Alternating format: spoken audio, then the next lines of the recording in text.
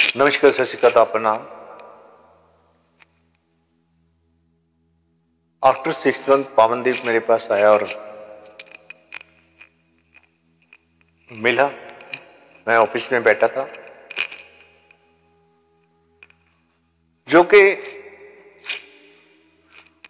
कुछ शिविरों को अटेंड करके आया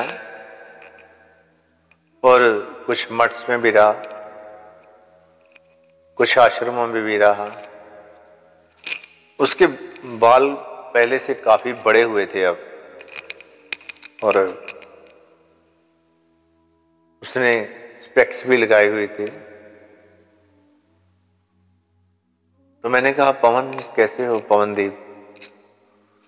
तो मेरे को कहता है कि ठीक हूं। उसकी बातचीत में ऐसा नहीं लग रहा था कि उसे कोई अहंकार है या वो बहुत कोई परेशान है, ना ही कुछ ऐसा लग रहा था कुछ उसमें बहुत रूहानियत है। तो मैंने कहा, कैसा रहा आपका ये सफर? तो कहता है, अब मैं सब कुछ छोड़ छाड़ कर अपने आप के साथ रहने लगा हूं। तो मैंने पूछा, अपने आप के साथ रहना? अकेला रहने लगा हूं।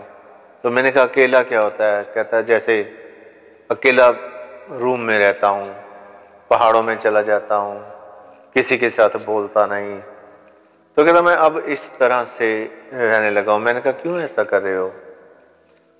तो कहता, जो मैंने सोचा था, जो मैंने सुना था, जो मैं समझता था कि शायद मेडिटेशन करने के बाद मैं बहुत आनंदित हो जाऊंगा, बहुत सुकून में चला जाऊंगा, ऐसा कुछ नहीं हुआ।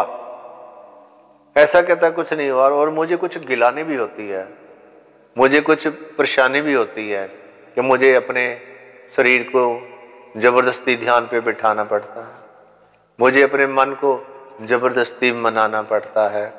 तो जो बातें मैंने सुनी थी, ऐसा रिजल्ट नहीं आ रहा। तो जाहिर है पवनदीप ने कुछ ऐसा पढ़ा था, ऐसा कुछ उसने सुना भी था, और वो उसके मन में था कि मैं ऐसा करूंगा तो पता नहीं क्या होगा। तो जो कुछ उसने जाके देखा, तो किसी ने उनके हाथ में माला पकड़ा दी, तो किसी ने डायनामाइट करा दी, किसी ने उजई श्वास शुरू कर दिया, किसी ने कोई मंत्र दे दिया। तो सब ने क्या किया? हमें एक डिसिप्लिन दिया। तो पवनदीप को भी डिसिप्लिन मिला, लेकिन पवनदीप की इतनी खासियत है कि उसने आके इस सत्य को स्वीकार किया।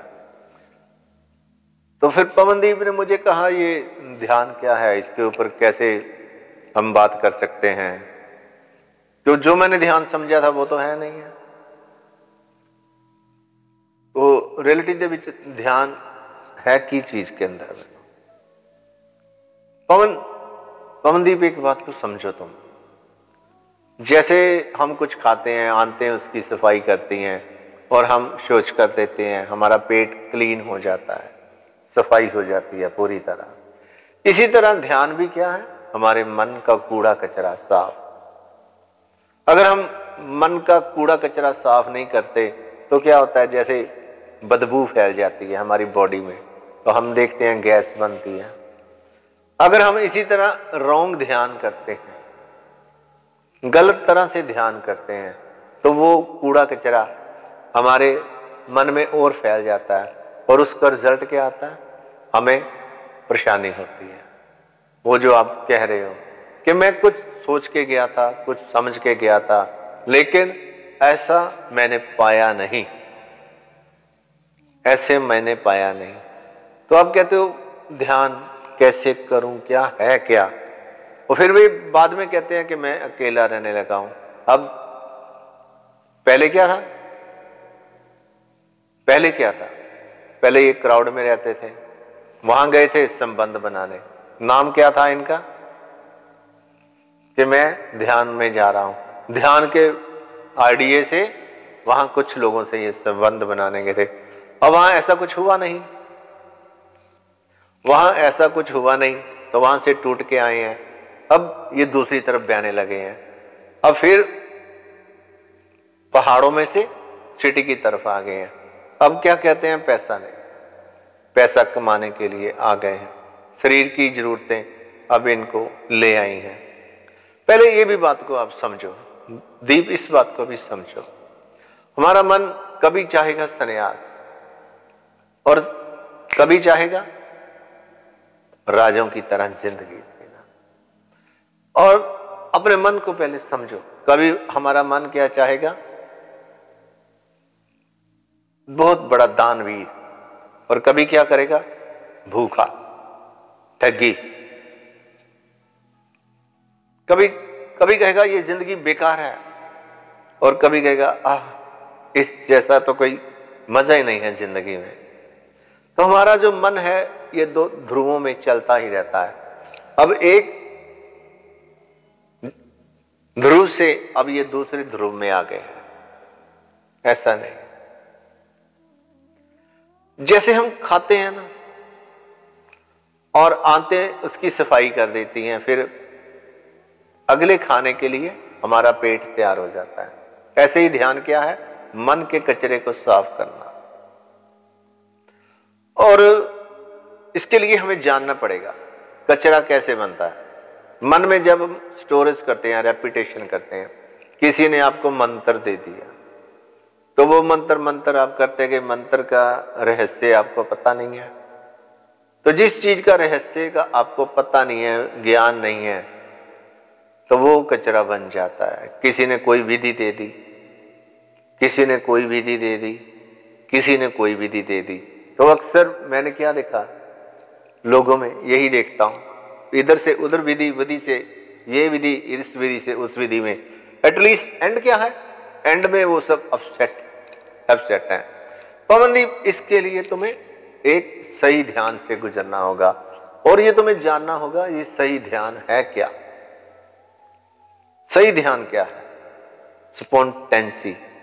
जैसे कि अचानक, तुम इस बात को नोट करना, तुम सड़क पर जा रहे हो या गली पर जा रहे हो, तुम्हें रास्ते में एक बेबी मिल जाता है, बच्चा, और वो बच्चा आपकी आंखों में आंखें डालता है, और आप उससे, आपका मन करता है कि उसको मैं टॉफी दे दूं या 1-2 रुपए दे दूं, और वो मुस्कुरा के ले लेता है। आप, क्योंकि आप डिसिप्लिन नहीं है, यहां पर बच्चा भी डिसिप्लिन नहीं है। बच्चे को आप नजर आए, आपको बच्चा नजर आया। अब यहां किसका बच्चा है, कौन है, बच्चे को नहीं पता, ये मेरा अंकल है, पापा है, चाचा है, ताया है, और आपको, तो बच्चे को कुछ यहां पता नहीं है, ना आपको कुछ पता है, बस ये सब बाई चांस हो रहा है। काश इसको आप देख पाते हैं। अब डिसिप्लिन क्या है वो मैं आपको बताता हूं। अब एक कोई लड़की है खूबसूरत, सामने से आ रही, आपकी आंखों को अच्छी लगती है, आपका दिल करता है कि मैं इसे एक बार और देख लूं या इससे बात कर लूं। अब ब्यूटीफुल है, सुंदर है, उसके नैन नक्श अच्छे हैं, उसके देखने का स्टाइल अच्छा है, वो खिड़ी खिड़ी लगती है। ऐसे ही उसने भी आपको देखा, लेकिन तत्क्षण अब क्या हो रहा है, अब आप उसको ये नहीं कह सकते यू आर ब्यूटीफुल, वो आपको ये नहीं कह सकती थैंक यू। यहां क्या है, यहां सब डिसिप्लिन है, आपको डिसिप्लिन कर दिया गया है, आपको सब यहां डिसिप्लिन कर दिया गया है, आपको भीतर कुछ ना कुछ प्रोग्रामिंग दे दी गई है। तो मन, तुम्हारे मन को डिसिप्लिन कर दिया गया है, तो मन कभी डिसिप्लिन नहीं चाहता। पहले आप इस बात को समझ लें, मन क्या नहीं चाहता, डिसिप्लिन। डिसिप्लिन का मतलब है गुलाम मन, उसे एक तरकीब दी गई है, और जब तक मन गुलाम रहेगा तब तक कभी भी कोई इन्वेंशन नहीं होगी। और मन का जो भीतरी स्वभाव है, उसका बचपना, उसका खिलना, वो डिसिप्लिन होने के कारण खो गया। मन अपनी खूबसूरती खो चुका है। पवनदीप, यहां ये जरूरी नहीं है, यहां ये जरूरी नहीं है डिसिप्लिन हमें जो किया जा रहा है। अब जरूरी है मन को जानना, मेरा मन चाहता क्या है, मन में क्या इच्छा है, कौन सी इच्छा है। मन यहां पृथ्वी पर करने क्या आया है। अपने आप को जानो, अपने आप को देखो, मेरे भीतर क्या चलता है। अब तुम्हें वहां जाकर डिसिप्लिन कर दिया गया। तुम्हें डिसिप्लिन का मतलब है तुम्हें एक बाउंड्री दे दी गई। तो डिसिप्लिन जब भी आएगा वो तुम्हें टाइट कॉर्नर दे देगा। आचार्य रजनीश ओशो जी ने जब ये, उनकी एक बुक है संभोग से समाधि की ओर, जब उन्होंने वो बुक का टाइटल रखना था उस बुक का पहले टाइटल था काम से राम की ओर, काम से राम की ओर। उन्होंने आके आचार्य जी को कहा ये काम से राम की ओर, तो आचार्य जी ने उनकी आंखों में आंखें डाली और हैरानगी से देखा। कहते हैं इस टाइटल के ऊपर शायद लोग इतराज करेंगे, तो हम इसका टाइटल थोड़ा चेंज कर देते हैं। तो ओशो मुस्कुराए। ओशो ने कहा अच्छा अब ऐसा नहीं। तो ओशो ने कहा जो मैं करना चाहता था वो तो हो गया, अगर आप ये कह रहे हो तो वो लोग अपने आप अट्रैक्ट हो ही जाएंगे। तो उन्होंने कहा नहीं, अब थोड़ा शीर्षक इसका और बदल दो। तो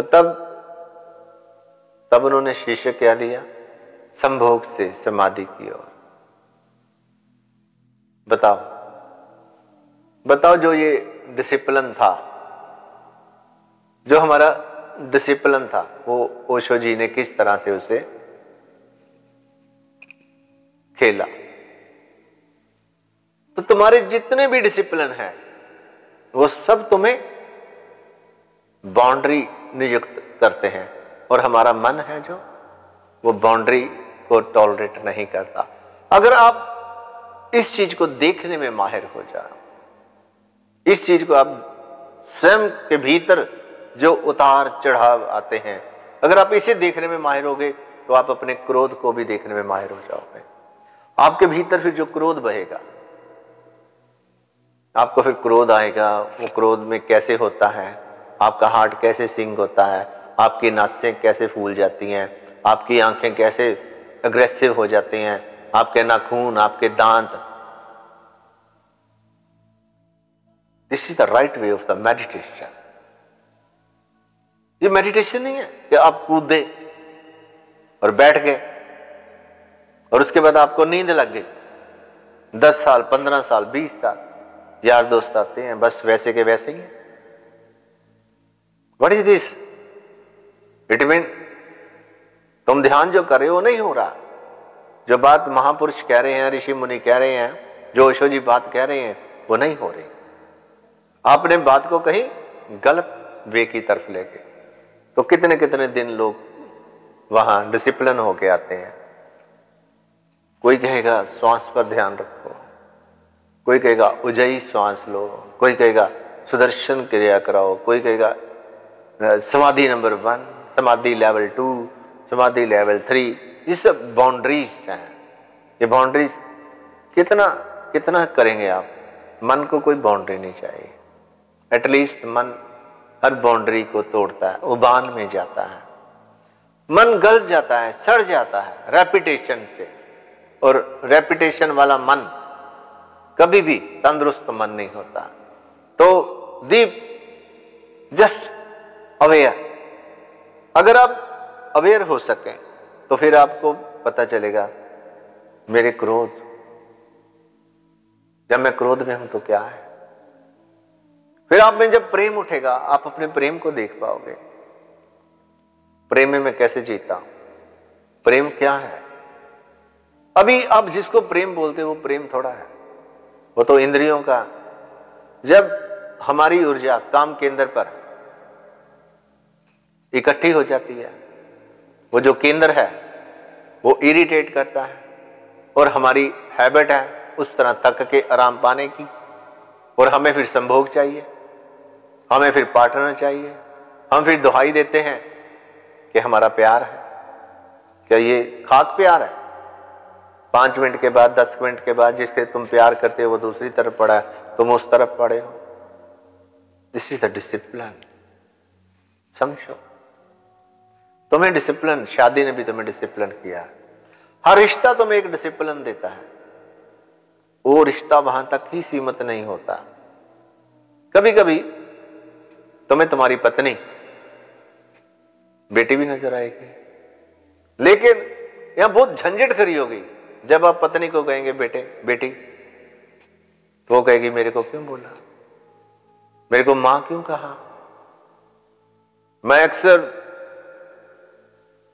अपने जिनको प्रेम होता था मेरा जिनसे, मैं उनको बेटी क्या क्यों बुलाता था।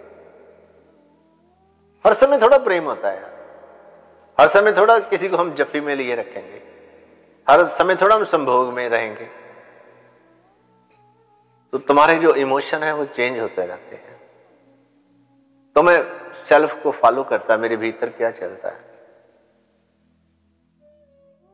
तो मुझे अच्छा लगता। मैं उस तरह जीता जो मेरा भीतर वाला जीना चाहता था।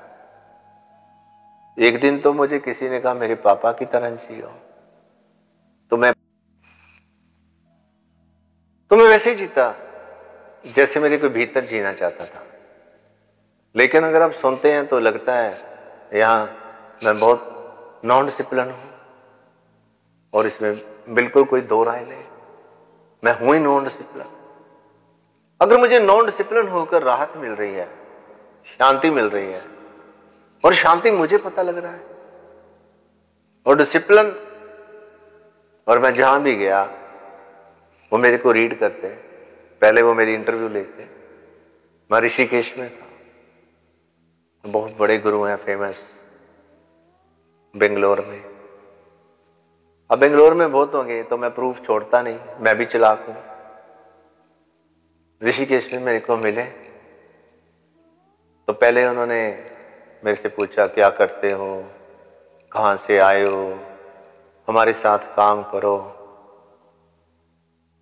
तो मैंने साफ साफ बोला, मैंने कहा I have shortage of money, मेरे को पैसे की दिक्कत है। मेरे कहते कितनी दिक्कत है, मैंने कहा बस 12 लाख रुपया शॉर्ट है मेरे बिजनेस में।